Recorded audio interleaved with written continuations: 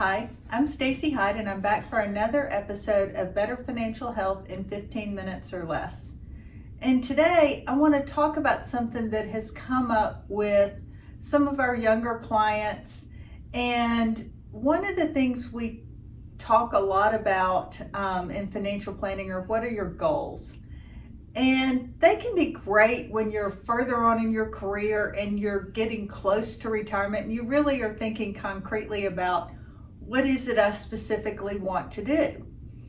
But I think sometimes the concept of having goals can really be limiting early in your career in particular, because so many people, they go through life, they go to college, they pick a major, and then they get out and work in it, and they may or may not love it. Oftentimes someone who is pre-med, and especially if they have medical professionals in their family, they kind of know what they want to do, and you'll see them and they'll just progress through it. Oftentimes you'll see a school teacher, an engineer. But for the rest of us, myself included, what we thought turned out to be very different than what is.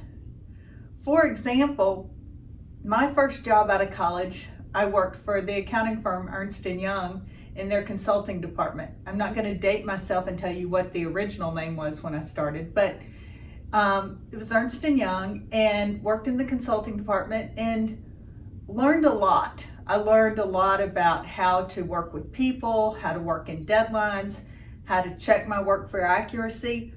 But really what I did, oh my God, it was so boring. And I didn't enjoy it at all. But I made good money, so I kind of felt trapped, because at the time my husband was in law school and I was being successful, I was being promoted, I had all the stuff I was supposed to have, but I was miserable. And so I had to kind of sit back and make a choice. And it was a scary choice to make, because at the time I was the primary breadwinner. My husband was in law school. And so, but what we prioritized was, it's okay to change now, because if we don't change now, why do I was 27, 28 years old. No, I was younger than that. But I was relatively young and knew that I had this whole career in front of me. And what was interesting is I took a terrible job. And that's what I also want to give you permission to do, is to make a mistake. I did. I took a terrible job. It was worse than the one I left, and I got paid less for it. But I did get off at 5 o'clock. That was fine.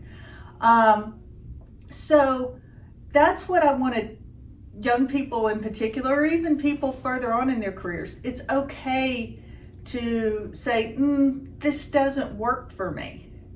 And so when I didn't like the second job, I started looking around and I started talking to people. I never will forget this woman who worked for a large insurance company. Her comment was, my boss was weirder than a football bat, which was hysterical to me, because it made me go, huh? And she was like, exactly. And she had come out of the Navy. She'd been an officer. And so she had a pretty unique perspective. And she was like, you just have to bet on yourself and you can try it. Well, so I took another position, and that's actually how I got into financial planning. So, and once I got there, it was like all the little marbles fell into place. I knew I had found what I wanted to do, but I had so much to learn. But because I was engaged and motivated to learn, I started out learning it. I got my CFP designation. I got my CFA designation. I started just learning everything I could so that I could be better at what I did. And the more I embarked on that journey, I found out that even though I was a finance major and I was a CPA, what I really loved was the people part. What I didn't like was being in a room running numbers all day long. But if you had looked at my background, that's likely what you would have thought.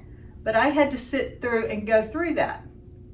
I also went through this with another young man who had graduated in a more creative field, but he was in a job where he'd been promoted, but he knew he was not being compensated really for all that he was doing. He was pretty bored and kind of felt trapped. And when he started looking around, he felt this pressure to make the right choice, and it kind of paralyzed him. And those of us around him who cared deeply for him, were encouraging him to go one way, but in his mind, he needed to take a safe corporate job. But then we explained to him that sometimes those big corporate jobs are not actually as safe as a smaller company where you can learn and grow with the company, because then you can kind of create your own path. And what he did was he focused on, what am I doing now that I want to stop doing? What are sort of my professional hobbies, and how do I leverage that? And he has leveraged that. He has done phenomenally well in his new position.